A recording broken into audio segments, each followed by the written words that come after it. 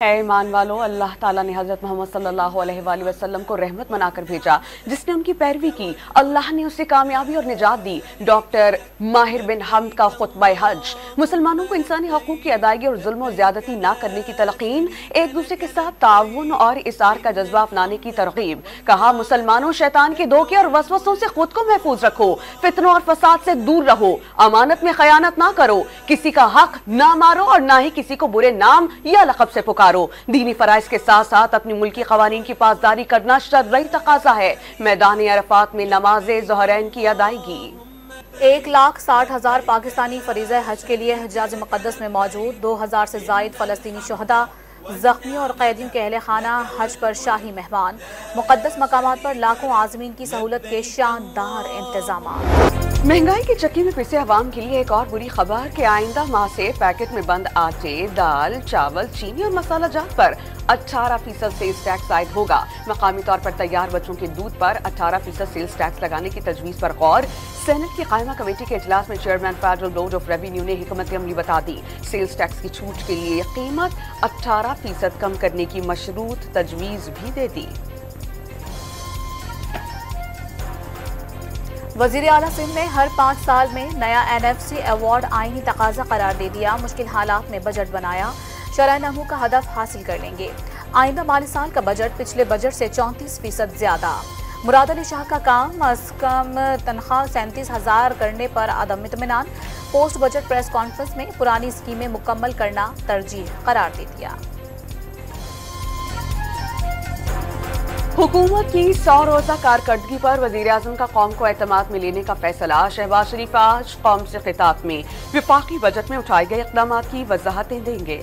صنعتوں کے لیے بجلی کی لاگت کم ہونے سے کاروبار، روزگار اور برآمدات میں اضافہ ہوگا۔ سینئر وزیر پنجاب مریم اورنگزیب نے فیصلے کو خوشائند قرار دے دیا۔